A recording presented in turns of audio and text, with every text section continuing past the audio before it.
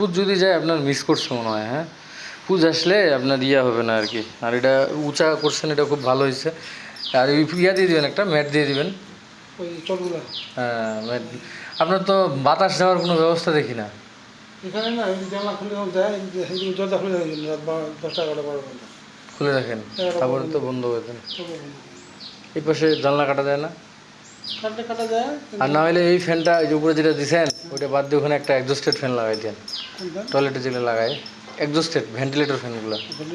হ্যাঁ, বাতাসটা একবারে টানে নিয়ে চলে যাবে। যে সকল গরুর ভ্যাজানাল প্রলাপস হয় সে সকল গরুর পিছন সাইড অবশ্যই উঁচু করে রাখতে হবে। যেহেতু এটা ঠিক হতে দীর্ঘ সময় লাগে, এজন্য সময় নিয়ে এটাকে চিকিৎসা করাতে হবে।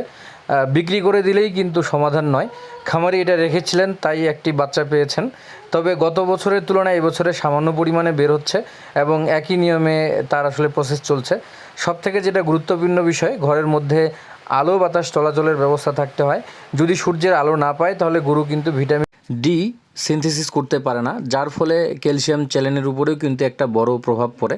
এজন্য গরুর আলো বাতাসের প্রয়োজন, যাতে করে আপনার এ ধরনের সমস্যাগুলো সহজেই এড়ানো যায়।